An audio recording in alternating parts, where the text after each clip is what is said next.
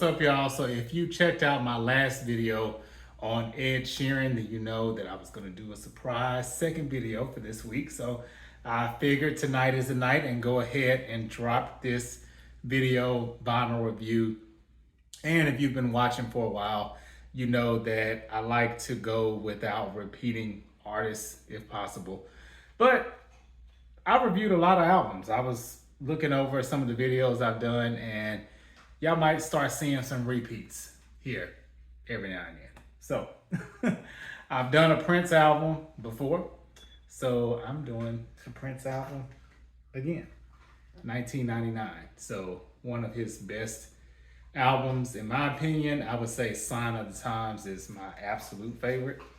But this album is just full of hits. I mean, let's just get into this track listing. That's probably kind of hard for y'all to read. But let's get into it. So this came out in 1982, actually before I was born. It was recorded and mixed in Uptown and Sunset Sound by Peggy McCreary. So that's interesting that whoever Peggy is, never heard of her. But shout out to Peggy, because there weren't, and even now, today, you don't really hear of a lot of female mixers or like audio engineers in the mainstream music space. I'll say that. But these songs, of course, y'all know Prince wrote and produced all his own stuff. So produced, arranged, composed, and performed, of course, by Prince. Some of the songs that were on this album, 1999, these are just the singles. Little Red Corvette,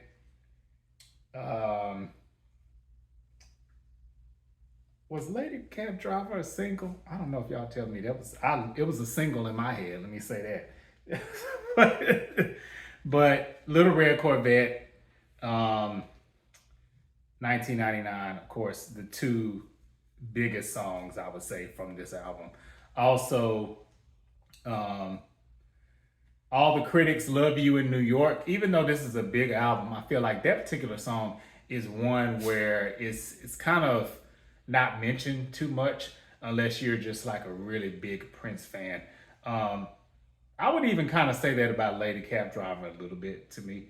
Believe it or not, that is my favorite song on this album. And Little Red Corvette is probably right underneath there. But DMSR, Let's Pretend We're Married, I love that one too. Automatic, that's a jam, I love that song. Something in the Water Does Not Compute. Yeah, this album was so, I feel, ahead of its time. And just like a lot of Prince's music was.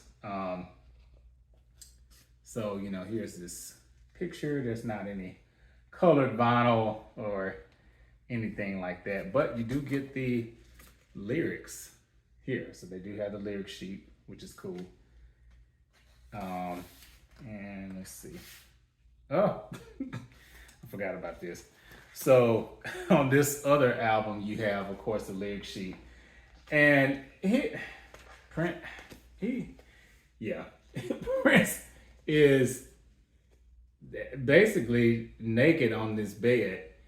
And I feel like Prince is the only, to this day, male R&B or male artist, period, who I think it's fair to say had a lot of feminine ways or ways of doing things, dress, you know, things like that, even some of his mannerisms. But that Prince stayed with a beautiful woman. I mean, all the time. All the chicks was trying to get at him, and yeah, his wife, his ex-wife was beautiful. So it didn't hurt him in the relations department with women, because it actually seemed like it helped, I think, because it seemed like it was part of an intrigue or something about him. But anyway, Prince is definitely still missed. I would say, and I've mentioned this before on a few other videos, that whenever people would have the conversation about who's greater, Prince and Michael Jackson, I love them both, but I would have to side with Prince, because Prince was really a one-man band.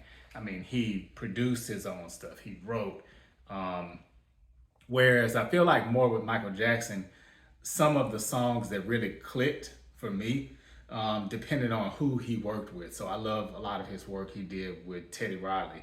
A lot of people say Quincy Jones, but my favorite Michael Jackson song of all time was Remember, or is Remember the Time, which Quincy Jones didn't work on. That was Teddy Riley.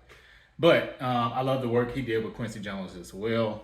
Delivered, those classic albums, Thriller, Off the Wall, all that. But Prince, I felt like there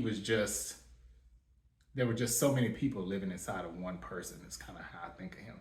But 1999, again, classic album, one of his biggest albums. And curious to know what y'all think about it. What are some of your favorite tracks from this album? What were was it one of the standout songs? Was it one of the deep cuts that is one of your favorite? And just what do you think about his music in general? So go ahead, let me know in the comments, like and comment, and please continue to subscribe.